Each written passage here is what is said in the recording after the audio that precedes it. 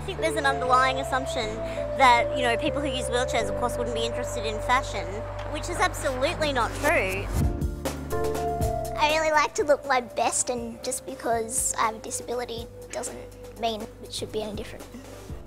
Well, this place actually used to be a bookshop, and when it was a bookshop, it was over 2 levels, both of which were independently accessible. So you could access one level from inside the jam factory and one level from the street. But when it became a top shop, which I was really excited about because the UK brands that we haven't had access to here, they renovated it to put it over 3 levels. The middle level was not independently accessible at all, so it completely ruined the access of the whole shop.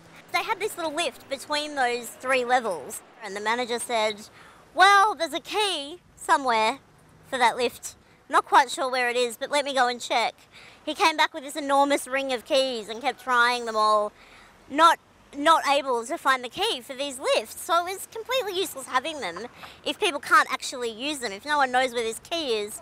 And everybody was very nice. The store manager offered to lift my chair, and I said, I doubt you get paid enough in fashion retail to break your back lifting me into a shop. And you know, I really like clothes, but no outfit yet has been worth my dignity and being carried into a store. So yeah, I left a very unsatisfied customer.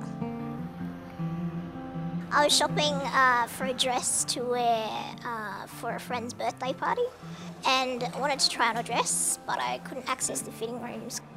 The ideal thing is for me to be able to purchase clothing and take it home and try it on and take it back in a couple of days if I don't like it or if it doesn't fit.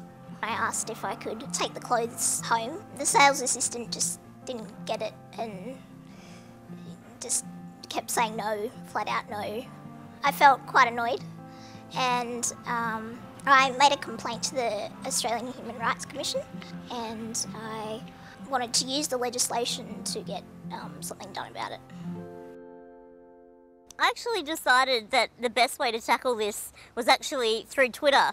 There's nothing like some bad press to get people to act. So I tweeted that I found it very disappointing that Topshop couldn't provide access, and they saw my tweet and got straight back to me and said, can we please have your email address?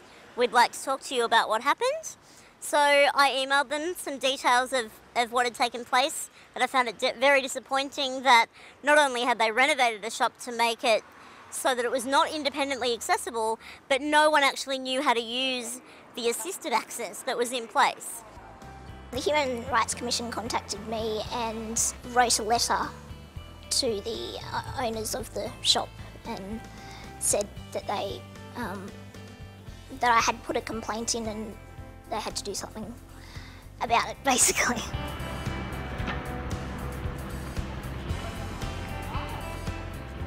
We try to have one big fitting room in all of our Global House stores.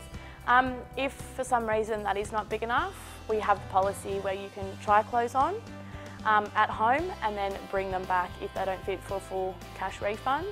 So that's a simple way of going about a problem that can be avoided. So if you have any problems with these at all, just bring them straight back. There's no need to feel fuss about it. You can just purchase the clothes. If they don't fit, you can just bring them straight back. See you later.